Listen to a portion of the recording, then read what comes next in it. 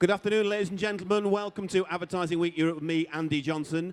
Katie Puckrik smells. I'm not being rude. If you don't know already, that's the title of Katie's blog about fragrance. And like me, you may well know her from programs like The Word and also BBC Six Music, my favourite radio station. Katie, welcome to Advertising Week Europe. Thank you. You're talking, along with a panel of other women at 5:15, all about how far women have progressed in the workplace. But really, you're invited on to talk about your career path, which was both very interesting and very unusual. Talk us through that.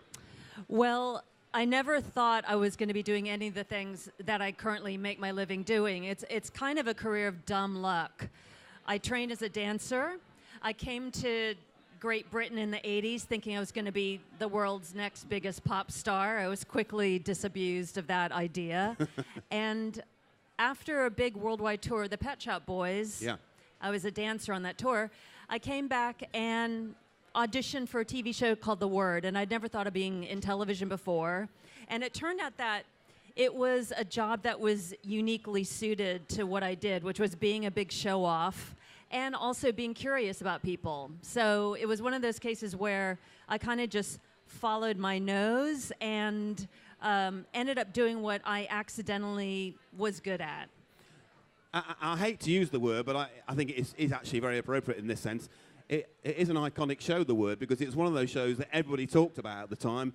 Everybody remembers, for good or for bad, but they remember it, and it did stand out at the time. So really, it was a great show to be involved in, wasn't it? Yeah, that was another example of just stumbling into something that was the best thing ever. The Word was a show that, if you look at it today, it's kind of like a petri dish of every single format and reality show genre. It had the real people element, the kind of pointing and laughing and being disgusted but entertained by people element. It had the best bands, the most glamorous Hollywood movie stars. And to be in a show like that, which was live and you had to think on your feet, it really separated the men from the boys. So I was really lucky to get onto that. It was kind of the start of Ladette TV in a way, wasn't it, in the 90s? It was that kind of feel. Did that, although it may not have been the ideal vehicle, it was for you initially, but to go on to, did it help you as a kind of Trojan Horse way, get into the industry and get yourself known? Well, it's interesting that you use the word Ladette because it's a word that I coined. The lad, I didn't realize that. Yeah, the lad movement was came along with magazines like Loaded and kind of a new male pride that guys took in just being blokes and liking football and being very unapologetic about being testosterone filled. And a couple years after I'd finished on The Word and I'd already done the Sunday show for BBC Two, I thought, we've had enough of lads by now. In fact, you know, ladism has been around since the beginning of time. What about ladettes? What about an opportunity for women, no matter how stupid or smart, to kind of have permission to be Larry over the top and unrepentantly obnoxious but funny? So that's when I created my show Pajama Party for ITV.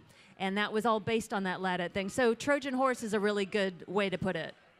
And looking ahead to what you're talking about later on this afternoon, I mean, it's a very big question, a difficult one to ask at this time on a Thursday afternoon. But do you think, in general, things have become better for women in the creative worlds, or do you think there's still a long way to go? It's sort of hard answering those big questions. I'm a woman, but I've never not been a woman, so I sort of don't know the difference between this, whatever obstacles I've come up against. Perhaps I don't even recognize them as obstacles related to my gender. I just know that I have interests and skills in certain fields. I'm ambitious, and I've always managed to find a way to make it work.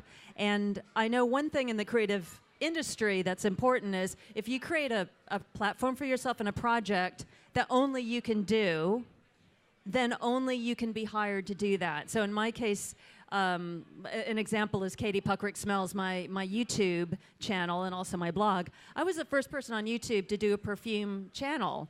And it was because I kind of was uniquely qualified with my nerd interest in fragrance and also having a lot of broadcasting experience and being curious. So all of those things meant that only Katie Puckrik could star in Katie Puckrik Smells. But also the beauty is now, isn't it, with so many platforms out there, that something like that, which you were one of the first to do, it gets to a huge audience in a completely different way. You don't have to rely on the old standard big television programs anymore.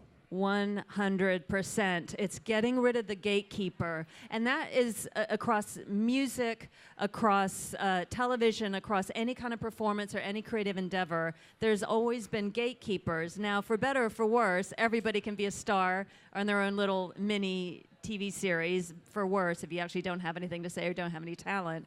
But it's so empowering, and I really notice it on YouTube, especially with younger women in their teens, girls in their bedrooms, having their own voice and having that total confidence in what they want to put out to the world. Which is fantastic, isn't it? And yes. It's great to see and to hear. And talking about your blog, it's an area you want to develop, or you're trying to develop into a TV show. Tell us about that. Well, I talk about perfume on my YouTube channel and also in my blog, and I refer to perfume not only as a series of ingredients bundled together into some sort of delicious miasma, but also I talk about it as an aspiration, as an identity, as a persona. So I kind of take the psychological side of perfume, and I want to develop that into doing a TV series kind of along the lines of Professor Brian Cox's explorations of the universe about smell. I mean, smell is our least acknowledged, most stealth, but most influential sense. And hugely, I know it sounds obvious, hugely evocative. We can all, so evocative. One smell can take us back to a time we can pinpoint with accuracy, can't we? And it touches psychology, history, sex, technology, science, I mean everything in our lives, and so it's just a very interesting topic, and it's underserved, and so I'm here to serve. And how did this interest start then? Was it a whiff of your mother's first perfume? Was it a particular smell from way back when? I mean, when did that interest in perfumery and fragrances start? Well, I think I've always been interested in stimulation. I like, music, color, fashion, experiences. I like sensory stimulation, and smell is part of that. And I grew up all over the world. My dad was in the military, so I traveled around a lot. And I got used to this idea that every time you go somewhere new, not only are you meeting different kinds of people, eating different kinds of food, you're smelling different smells. And so I think that's what kind of keyed me into a whole kind of extra deep state of the world, kind of a technicolor way to experience life. Just getting back to later on this afternoon, 5:15, you've trodden your own path. As you say, you had some luck. You've made your own luck like most people do in their career.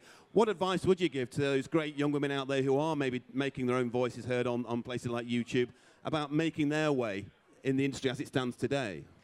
Well, all the tools are at their disposal, and have whatever your interest is, develop it, learn about it, become an expert in it, and don't be afraid just to start. Put one foot in front of the other.